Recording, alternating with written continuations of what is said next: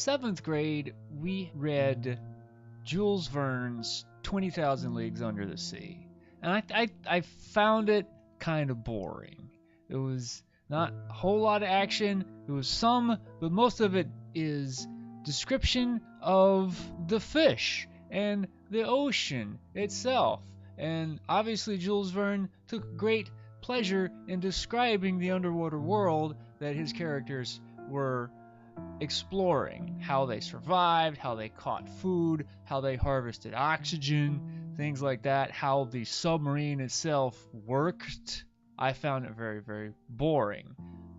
When we took the test on this novel after reading it, which you do whenever you're in school, my teacher threw in what she probably thought was an easy question.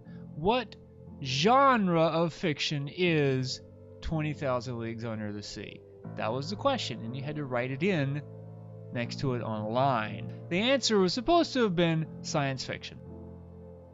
That's not what I wrote down, because I had this book right here. H.G. Wells' 3 Novels of the Future. I got this as one of my initial selections in the science fiction book club.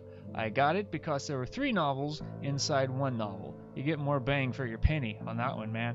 And there's an introduction by Isaac Asimov. And in that introduction, Asimov gives a very good argument that H.G. Wells is the beginning of science fiction. At least modern science fiction starts with H.G. Wells. And he said that most of the things before that, like Gulliver's Travels and the Odyssey, had some aspects of science fiction, but mostly were fantasy, and he called them travel tales. And he lumped Jules Verne in there as well. 20,000 Leagues, it's a travel tale. So that's what I wrote down on my test. That was the answer I gave to the question, what is the genre of 20,000 Leagues Under the Sea? Travel tales. My teacher marked that one incorrect, and I argued. I took it to court, man. I said, no, Isaac Asimov says it's not science fiction. Isaac Asimov says travel tale. You are not going to trump Isaac Asimov.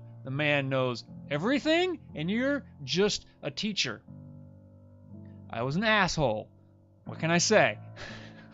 I was a bigger asshole when some years later I looked back over this essay and I found that Isaac Asimov says, nevertheless, by way of a long line of travel tales, we come to the novels of Jules Verne in the mid-19th century. His extraordinary voyages, which carried men to the bottom of the sea, to the center of the earth, and even to the moon, were undoubtedly science fiction.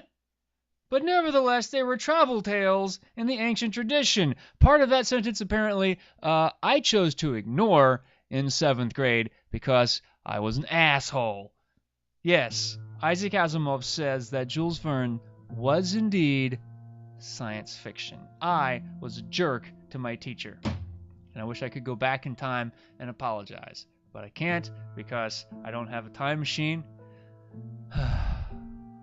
I was so full of myself that I did not see that other people know things.